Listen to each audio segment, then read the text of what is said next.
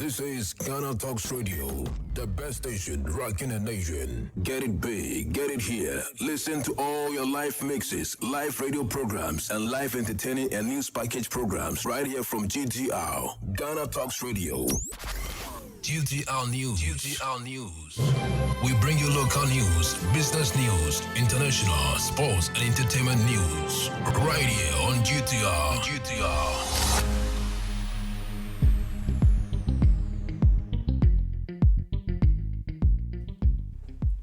Good afternoon. It's time for the afternoon news right on Ghana Talks Radio. As usual, I go by the name Regina Blaze. So moving to some headlines. We have enough food supplies for schools, Buffer Stock Company says. Kejetia traders to demonstrate the demand for one chop, one ECG meter. This and more stories coming up.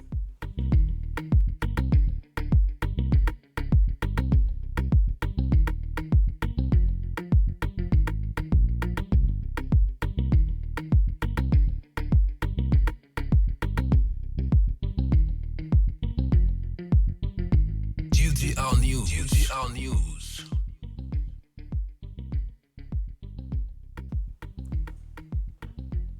The National Food Buffer Stock Company says it has enough supplies for schools but is working to increase the stock levels. The CEO of the company, Hanan Abdul Wahab, in an interview on Eyewitness said contrary to suggestions, the company is making impressive strides to store more food for later distribution to schools. He said the challenges facing the company have to do with the food products that are imported, but efforts are being made to find locally produced alternatives. We have enough to sustain us, and we are working very hard to increase our stock levels. Others see the challenge being as a result of lack of food. Most of these food items that are concerned towards the media report are imported food items.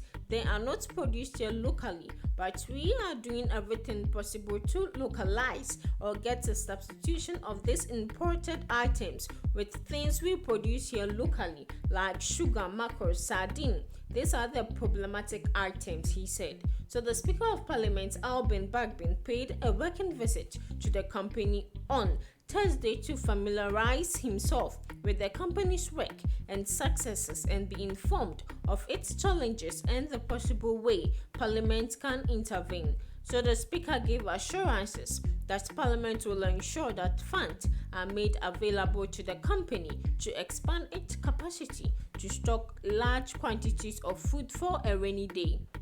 To our next story, Kejetia traders to demonstrate to demand for one chop, one ECG meter. Combined Traders Association of Kumasi City Market have served notice of their intention to protest on Monday, June 27, 2022, to demand the provision of individual meters for shops at the Kejetia market. This comes after officials from the Electricity Company of Ghana disconnected power to the facility over arrears amounting to 5 million Ghana cedis. The traders indicate that they have refused to pay service charges as management of the facility failed to ensure the provisions of self-meters to shops as demanded. General Secretary of the Association, Rubin Ame, said they will demand the restoration of power to the market. Whenever they need traders and voters, they use as voting machines to get up there. Once they get to the luxury of power, they forget us who pushed them there. So we have decided that if they will not care about our worries and allow Kejetia to grind to a halt because of 2 consecutive days, there has been no light at Kejetia. We are saying that enough is enough because this has gotten to the neck. So our next local story. Police service funds Prosthesis leg for injured officer.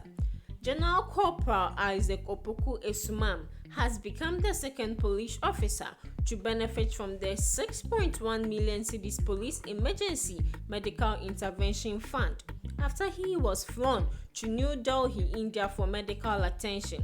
The PEMIF, an initiative of the police administration, which was approved and launched in January 2022 by President Akufo-Addo, is aimed at providing full funding for the medical care of police officers who sustain injuries in the line of duty.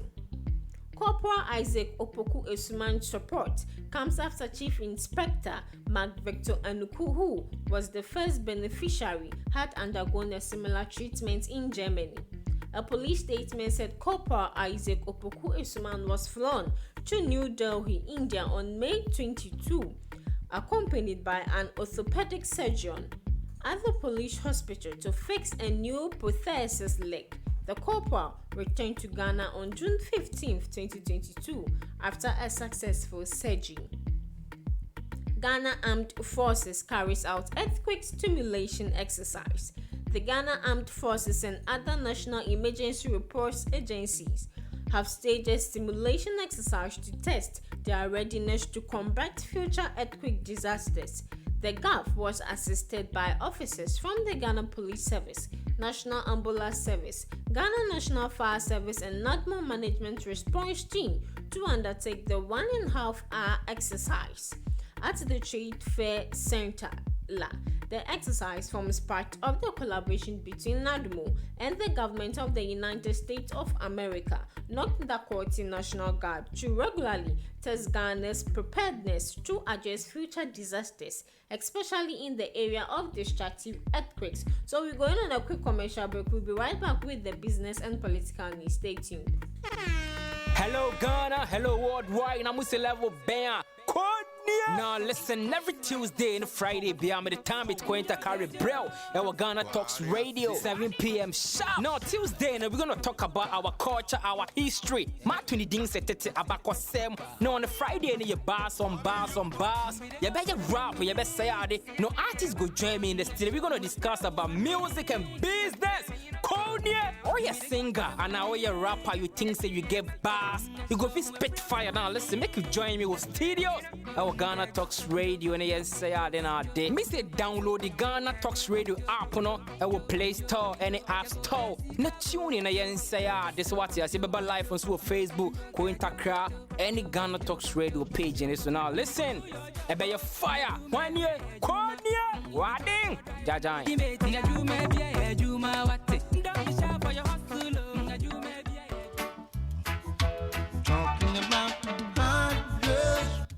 This is DJ Kobirich, the richest selector. Join me and my co-host Ohima Lillian and Alaji Zongo as guests on Impunimpu Debate Show. Last week we discussed the topic, should construction of the National Cathedral be a priority for Ghana? And the debate was very hot. Let's listen to what happened. Okay. Na ya shwe. Body bedang. Ya ba fa ye nisi to fo. Ubeda do ni aza to fo. Nisi ade ne ya fa awa fa wa nisi to fo na wa hu ba bia ne wa kwasi. Body bedang go to fo ma he there for. No. All right. This Friday we are discussing another interesting topic. Do drug addicts need help or punishment? Join the show by watching us live on Facebook. You can also send your comments via our WhatsApp number +233 202 544 614. Listen back to the show on www.ghanatalksradio.com. Ghana Talks Radio, giving the youth a voice.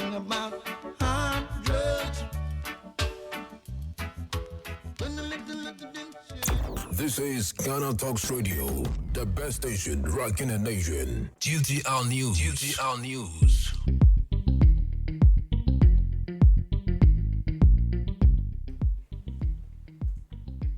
Welcome back from the break. If you just joined our live on Ghana Talks Radio, and this is the afternoon. So moving to some business stories. Government acts to institute measures to curtail tax avoidance.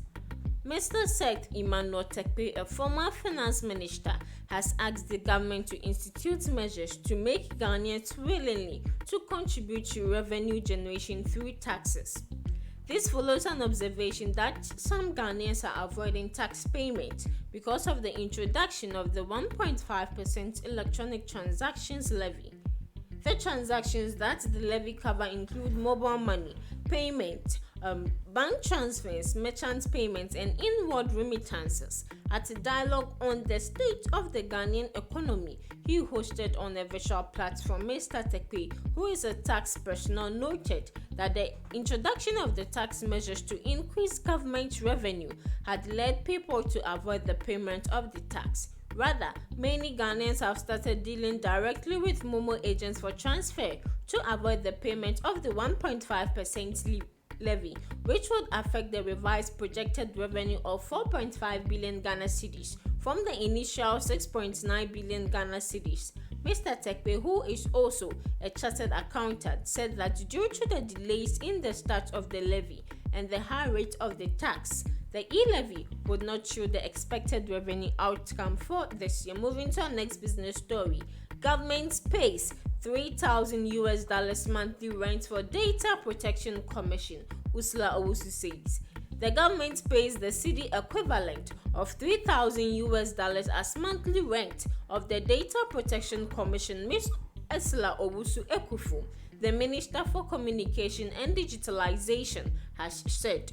She said the Data Protection Commission currently operates from rented premises sited on Popo Street, East Legon. Ms. Owusu Ekufu said this on Thursday on the floor of Parliament in response to a question asked by Ms. Lydia Lambisi, the Member of Parliament for Tempan, on what urgent steps the ministry was taking to get the DPC a permanent structure and how much the ministry was paying for the current office location every year.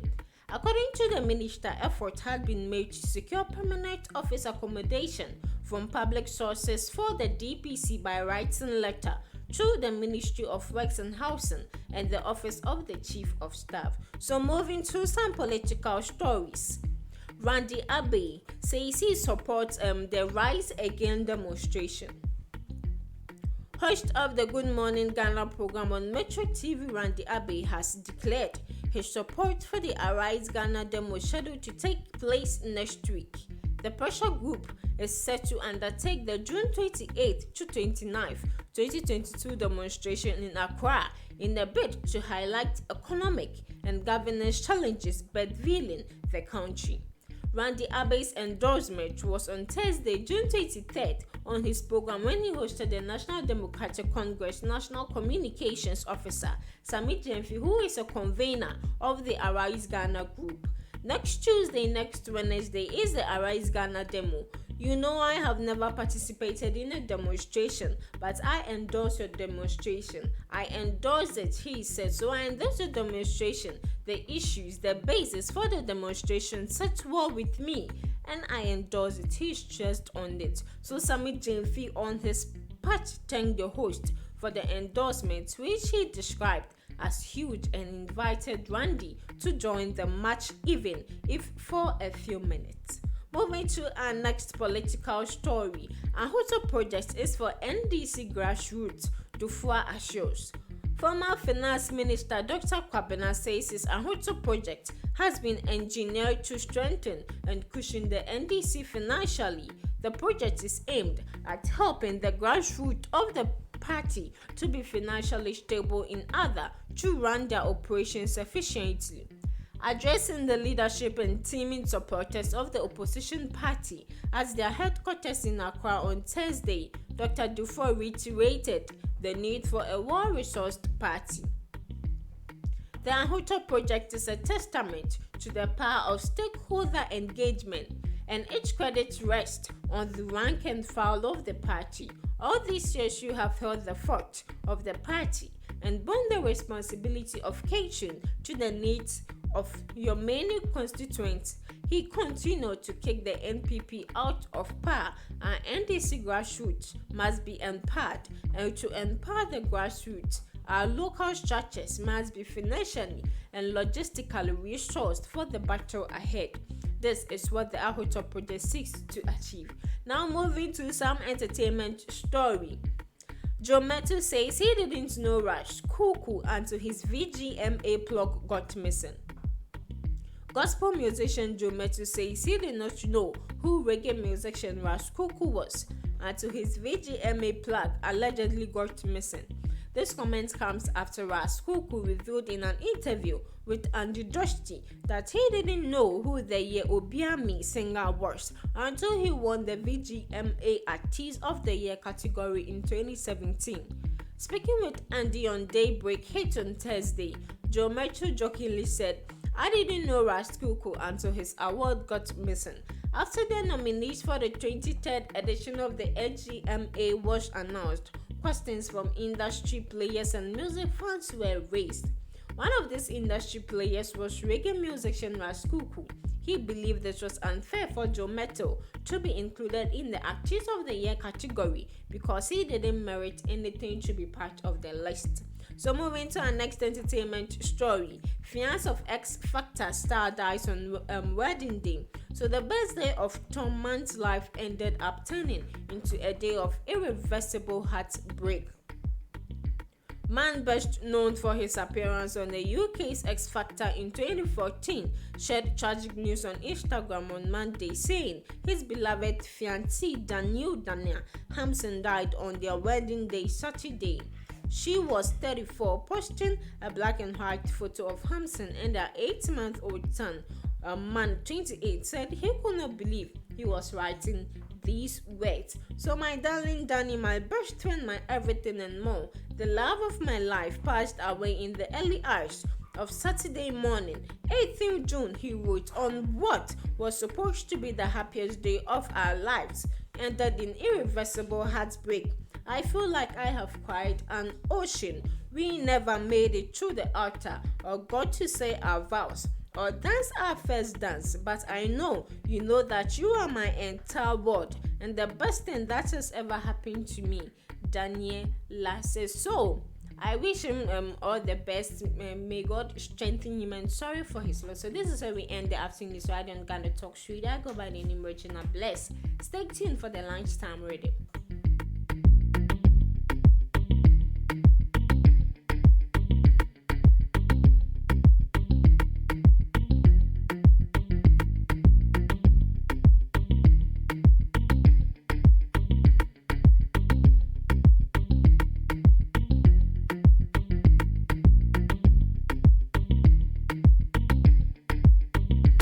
This is Ghana Talks Radio, the best station rocking the nation.